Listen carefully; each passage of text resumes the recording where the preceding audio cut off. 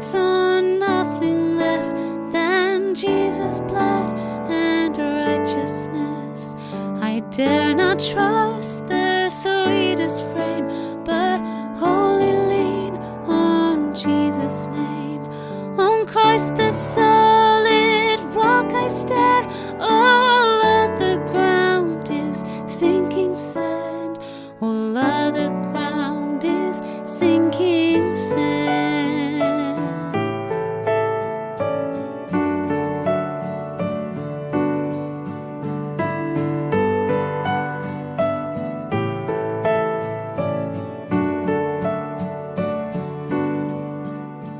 When darkness seems to hide his face, I rest on his unchanging grace. In every high and stormy gale, my anchor holds within the veil.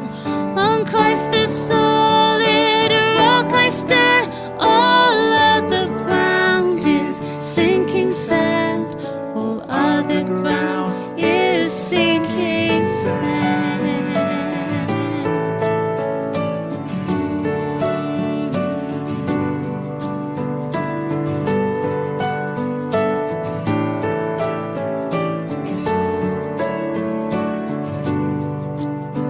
His oath, his covenant, his blood support me in the whelming flood.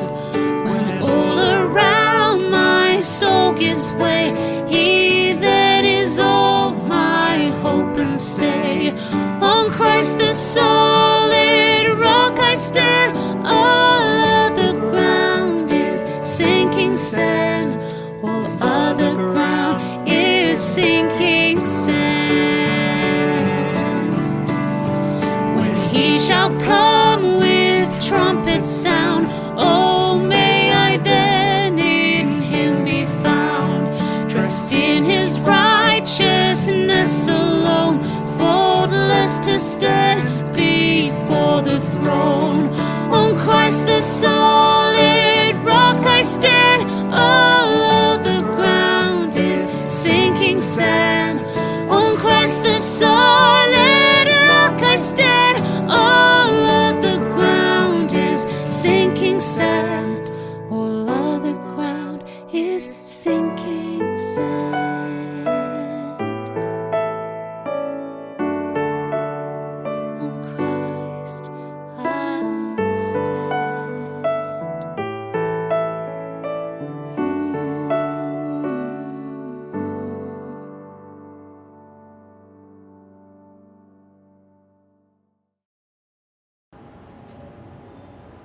Magandang umaga po sa ating lahat.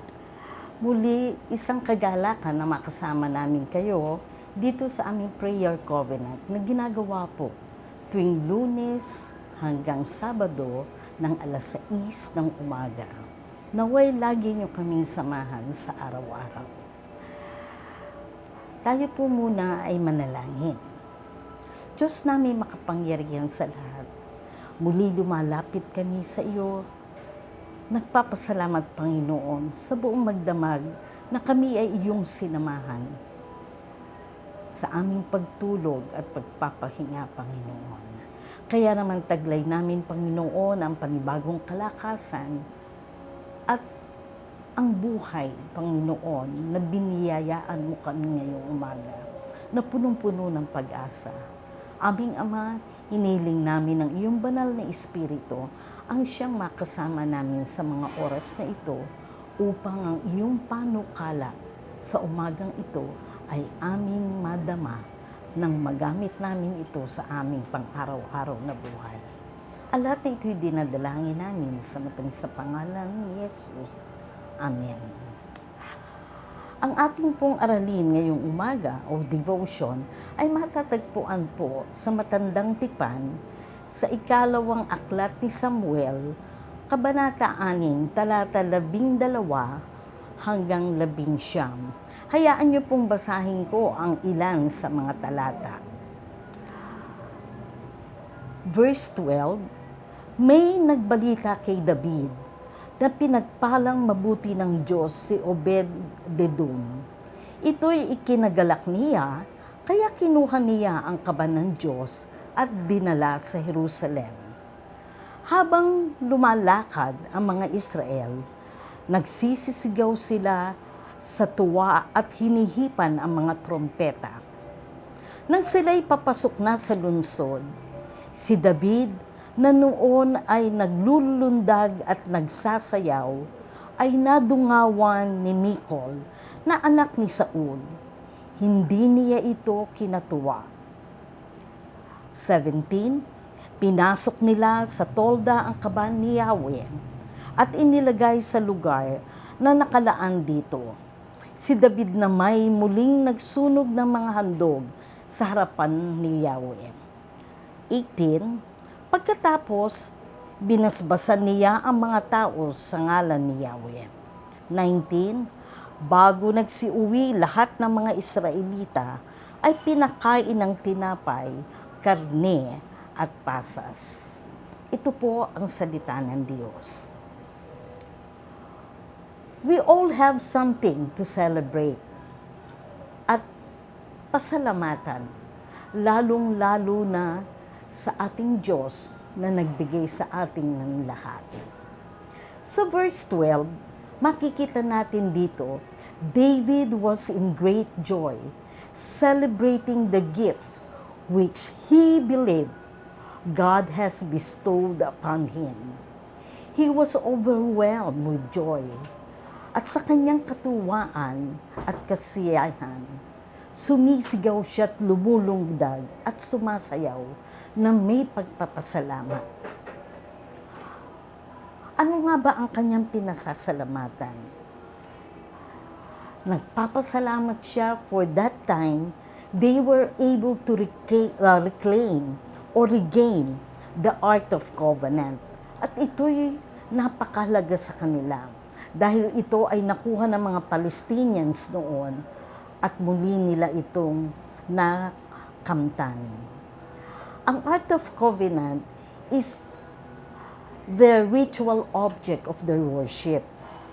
At napakahalaga rin ito dahil this is their story, which reminds them of God's deliverance out of Egypt or from slavery. It is also God's guidance, a divine guidance na kanilang ibinigay ng Diyos sa kanila hanggang sila ay makarating sa Promised Land. Pagliligtas at presensya ng Diyos ang laging umaagapay sa kanila mula nang sila'y ilabas sa Ehipto. Kaya naman, tuwang-tuwa, doon na lang ang lubos na papasalamat nila David at ng mga Israelitas sa kanilang pagka-reclaim o regain ng Ark of Covenant. Pangalawa, David was also celebrating and giving thanks to God dahil God has chosen and anointed him instead of Saul o sino mang kasambahay o anak ni Saul. David was humble enough to acknowledge this great privilege of blessing from God. He wasn't perfect, he know that. He wasn't perfect. He was not so good, and he was not also so bad. But he know he wasn't perfect, but he allowed God's involvement or God's involvement to his life. David, kilala natin, was an ordinary person. And now, we know that David, from ordinary, became an extraordinary person. At sa kaniyang pagpapasalamat sa Diyos, ipinahayag niya ang kanyang pasasalamat, hindi lamang ito sa sarili niya, kung hindi ang kanyang pasasalamat sa pagpapalang tinanggap niya sa Diyos, ito ay dumaloy sa kanyang kapwa. Sabi sa verse 18 and 19, Binasbasan niya ang mga tao in God's name. At bago umuwi ang mga Israelita, pinakain niya ito na andoon yung kanyang kagalakan at kagustuhan na madama rin ng kanyang kapwa o kanyang mga tauhang nasasakupan ang pagpapalang kanyang nadadama at natatamasan. Ngunit sa verse 16, sa mga bagay na kanilang ginagawa, sabi nga, we cannot please everybody. This didn't pleases everyone. Sa verse 16, ang sabi doon, Michal, na asawa niya at anak ni Saul, hindi siya natuwa.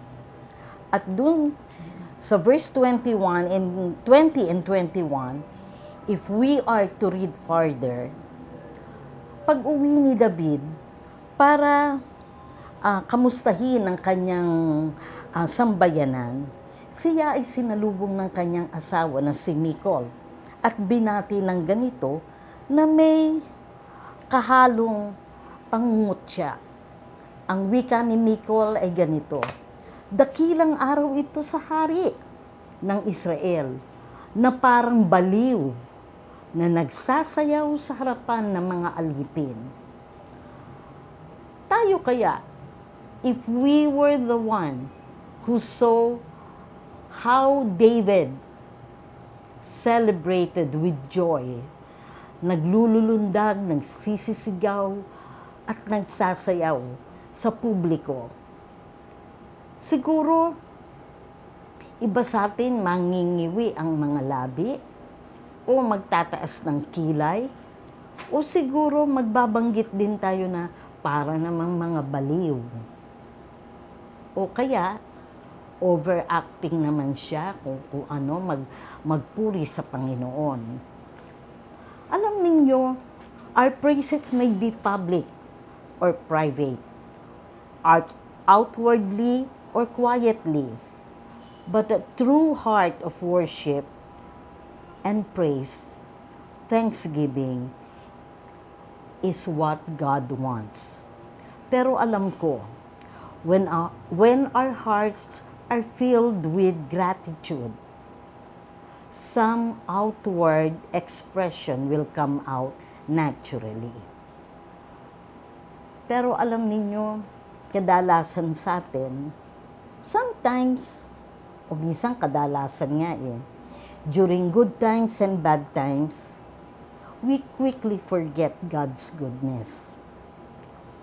Pag nandoon tayo sa good times, because of we are overwhelmed with joy, dahil ang dami nating blessings na tinatanggap, we tend to forget to acknowledge God's presence and goodness, kung sino ang nagkaloob ng mga biyayang iyon.